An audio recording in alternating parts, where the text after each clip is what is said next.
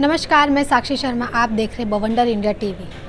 Cancer एक ऐसी बीमारी है जो बहुत ही लास्ट स्टेज तक रहती है और इसको हटाना बहुत ही नामुमकिन जैसा काम है। अगर मुंबई में किसी को कैंसर का बीमारी होता है तो सबसे पहले वो मुंबई के सबसे बड़े हॉस्पिटल टाटा हॉस्पिटल में जाता है। ऐसा कहा जाता है कि टाटा हॉस्पिटल में ही कैंसर का इलाज हो सकता है। लेकिन अब मीरा भाईंदर वासियों को जब अगर कैंसर होता है, किसी को भी कैंसर होता है, तो उसको इतने दूर हॉस्पिटल जाने की ज़रूरत नहीं है, क्योंकि मीरा भाईंदर में जो वोकार्ड हॉस्पिटल है उधर भी अब कैंसर पेशेंट के लिए फैसिलिटी आ गई है और वहाँ पर भी अब कैंसर के लिए स्पेशलिस्ट आ गए हैं जो कि इनकी कैंसर की बीमारी को जड़ से ख़त्म करेगी।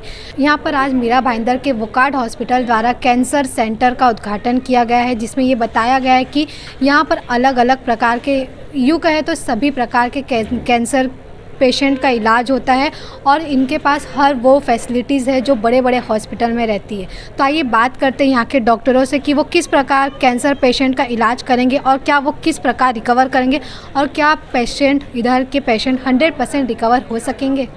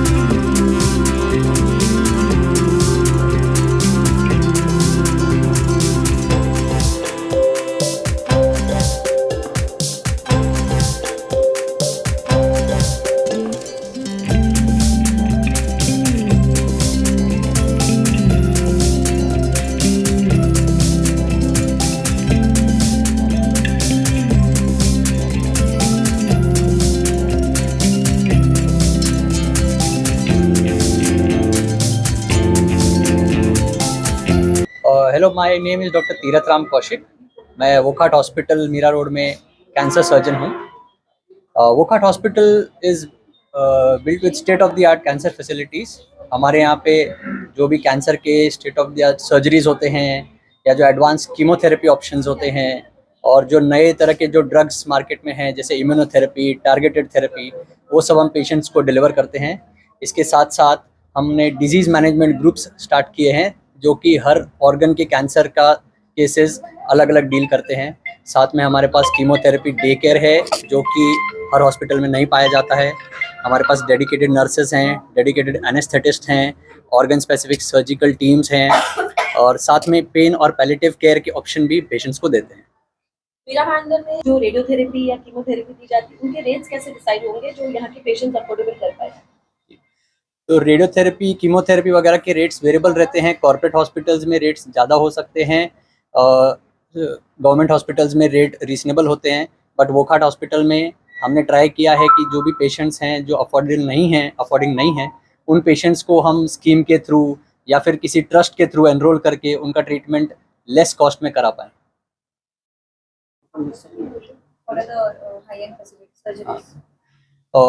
सर्जिकल फैसिलिटीज़ के बारे में बताऊं तो हम हर तरह के ऑर्गन कैंसर्स को डील कर रहे हैं। जैसे कि मुंह का कैंसर हो गया, उसमें हम नए नए तरह के जो प्लास्टिक सर्जरी ऑप्शंस हैं वो पेशेंट्स को देते हैं। माइक्रोवैस्कुलर रिकंस्ट्रक्शन करते हैं।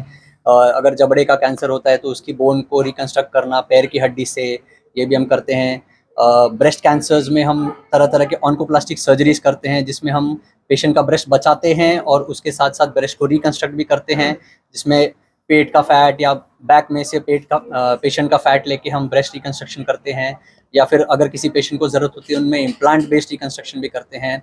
पेट के और छाती के जो भी कैंसर्स होते हैं उनमें हम हर तरह की जो कीहोल सर्जरीज बोलते हैं, लैप्रोस्कोपिक और थोरैकोस्कोपिक सर्जरीज, उनके थ्रू ये सर्जरी करते हैं। जो पहले ओपन सर्जरीज करते थे लास्ट 5 इयर्स में, वो धीरे धीरे कम होकर अब सारी सर्जरी जो है वो लैप्रोस्कोपिकली हम कर रहे हैं। नमस्ते, मैं डॉक्टर अदिति अग्रवाल हूँ। मैं breast onco surgeon and oncoplasty surgeon हूँ वोकार्ड हॉस्पिटल मीरा रोड के साथ। मेरी ट्रेनिंग टाटा मेमोरियल हॉस्पिटल और यूके के प्रसिद्ध स्टोको ट्रेंट हॉस्पिटल से हुई है। सभी औरतों का मानना रहता है कि अगर ब्रेस्ट में उन्हें कैंसर हुआ है तो पूरा ब्रेस्ट निकालना पड़ता है। मेरी स्पेशलिटी है कि मैं ब्रेस्ट बचाकर कैंसर सर्जरीज करती हूँ और सेम टाइम पे अगर किसी औरत का ब्रेस्ट निकालना भी पड़ता है तो ब्रेस्ट का रिकंस्ट्रक्शन भी करती हूँ। मैडम, ब्रेस्ट कैंसर को बचने के लिए महिलाओं को क्या करना चाहिए? हम रिकमेंड करते हैं 18 साल की उम्र से सभी औरतों को खुद के ब्रेस्ट की जांच करनी चाहिए, जिसे हम सेल्फ ब्रेस्ट एग्जामिनेशन कहते हैं। 30 साल की उम्र के बाद उन्हें साल में एक बार एक ब्रेस्ट स्पेशलिस्ट डॉक्टर को दिखाना चाहिए। और 40 साल की उम्र के बाद हर साल उन्हें एक एक्सरे मैमोग्राफी करना चाहिए। ऐसा करने से हम काफ़ी बार ब्रेस्ट कैंसर बहुत जल्दी पिकअप कर सकते हैं। इंडिया के अंदर हम जो प्रॉब्लम आज फेस कर रहे हैं वो ये है कि हमारे पास औरतें बहुत लेट आती है, इसके लिए हमारे पास ब्रेस्ट कैंसर के रिजल्ट्स खराब हो जाते हैं। अगर हम यही ब्रेस्ट कैंसर्स को जल्दी पिकअप कर सकते हैं तो हमारे पास देश में क्या वोकार्ड हॉस्पिटल में हमारे पास सारी इंटरनेशनल लेवल की फैसिलिटीज़ है, जिनके साथ हम आगे हमारी महिलाओं को आगे की ज़िंदगी बहुत अच्छी कर सकते हैं। हाँ, हम बेसिकली यहाँ पे यूरो ऑन्कोलॉजी के बारे में बात करने आए हैं। मेनली जो ट्यूमर्स यूरोलॉजी में होते हैं वो है kidney cancer, prostate cancer, bladder cancer, testis and ureteric cancer. और टेस्टिस कैंसर और यूरेट्रिक कैंसर बहुत कम कॉमन है। मेन कॉमन कैंसर है किडनी कैंसर और प्रोस्टेट कैंसर। प्रोस्टेट कैंसर का डायग्नोसिस होता है डिजिटल रेक्टल एग्जामिनेशन से और प्रोस्टेट बायोप्सी से। एक बार पेशेंट हमारी ओपीडी में आया तो हम ओपीडी में बिठा के उसका प्रोस्टेट टटोलते हैं रेक्टल एग्जामिनेशन से। अगर हमें कुछ डाउट आया रेक्टल एग्जामिनेशन पे तो हम पेशेंट को कहते हैं कि उनको प्रोस्टेट की बायोप्सी करनी पड़ेगी। वंस बायोप्सी का रिजल्ट आया, बायोप्सी के रिजल्ट पे डिसाइड होता है कि पेशेंट को प्रोस्टेट कैंसर है। एक बार डायग्नोसिस होने के बाद हम प्रोस्टेट की सर्जरी के लिए पेशेंट को मोबिलाइज करते हैं। मेरा नाम डॉक्टर इमरान खान है। I am the head consultant physiotherapist in Wockhardt hospital Mira road. मैंने मास्टर्स लंदन से की है, so I do lot of cancer rehabilitation as well. And cancer rehabilitation we see all the patients जिनको न्यूली डायग्नोज हुआ है cancer, as well as cancer surgeries के बाद, as well as palliative care जहाँ पे कैंसर बहुत ज़्यादा बढ़ चुका है, they are into that end stage and end life stage is what we call, as well as lot of prevention. हम बहुत ज़्यादा प्रिवेंशन टेक्निक्स पे काम करते हैं जहाँ पे वी एक्सप्लेन आ पेशेंट्स के कैसे आप फिजिकल एक्टिविटी करके अपने आप को फिट रख सकें, कैसे आप काफ़ी सारे कैंसर्स और नॉन कम्युनिकेबल डिजीज़ से दूर रह सकें। नमस्ते, मैं डॉक्टर चंद्रवीर हूँ। मैं वोकार्ड हॉस्पिटल में head and neck cancer surgery का सीनियर कंसल्टेंट हूँ। बेसिकली हमारे डिपार्टमेंट में जो भी मरीज आते हैं उनको हेड एंड नेक में जो कैंसर होते हैं हम उनका ट्रीटमेंट करते हैं। इस कैंसर में जितनी जल्दी हम डायग्नोस कर लेते हैं उतनी जल्दी हम ट्रीटमेंट कर सकते हैं।